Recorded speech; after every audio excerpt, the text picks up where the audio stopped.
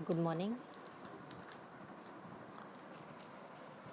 In today's lecture, I will discuss text based protocols, request response protocol, connection oriented services versus connectionless services, and lastly, the evolution of interprocess communication. So, first, I'll discuss text based protocols. A text based protocol or plain text protocol is a communication protocol whose content representation is human readable format. Different network applications have different methods of encapsulating data. Examples of few text-based protocols are file transfer protocol, simple mail transfer protocol, that is SMTP. Here term is used in first line, that is data marshalling. What is data marshalling? Basically, a data marshalling is the process of gathering data and transforming it into a standard format before it is transmitted over a network. So it is a technique for gathering and transforming data into standard format.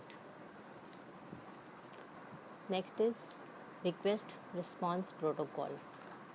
Request response protocol is also known as request reply protocol. It is one of the basic method in computer used to communicate with each other, in which first computer send request for some data and second respond the request. And the HTTP is well known request response protocol. When it request from the client, HTTP request method call, and when the server responds to the requested data, uh, HTTP response method invoked. Next is connection oriented and connectionless. This topic I have discussed in your data communication and network also. As we know, the name is specified connection oriented.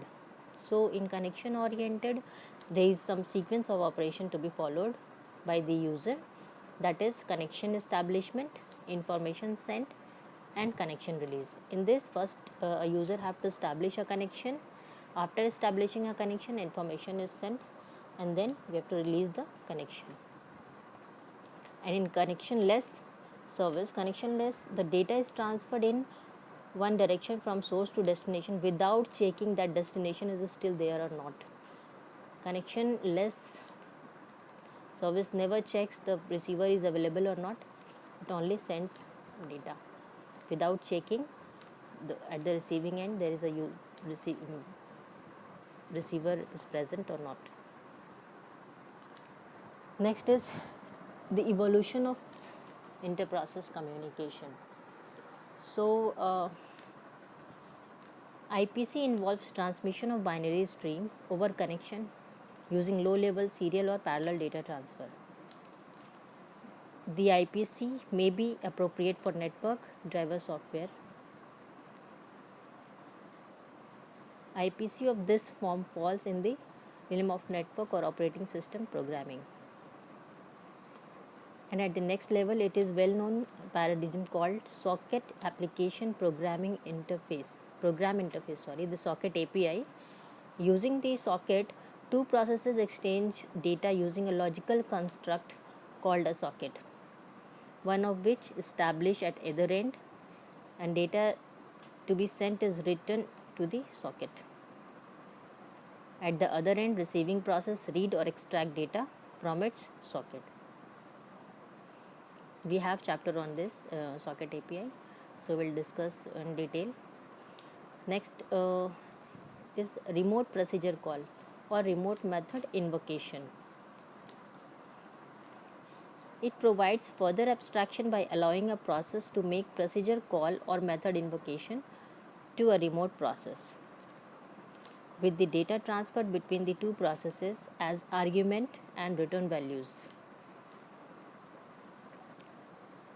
This we also have a remote procedure call in our further chapters. So we'll go much in detail about socket API and RPI or RPC. Thank you.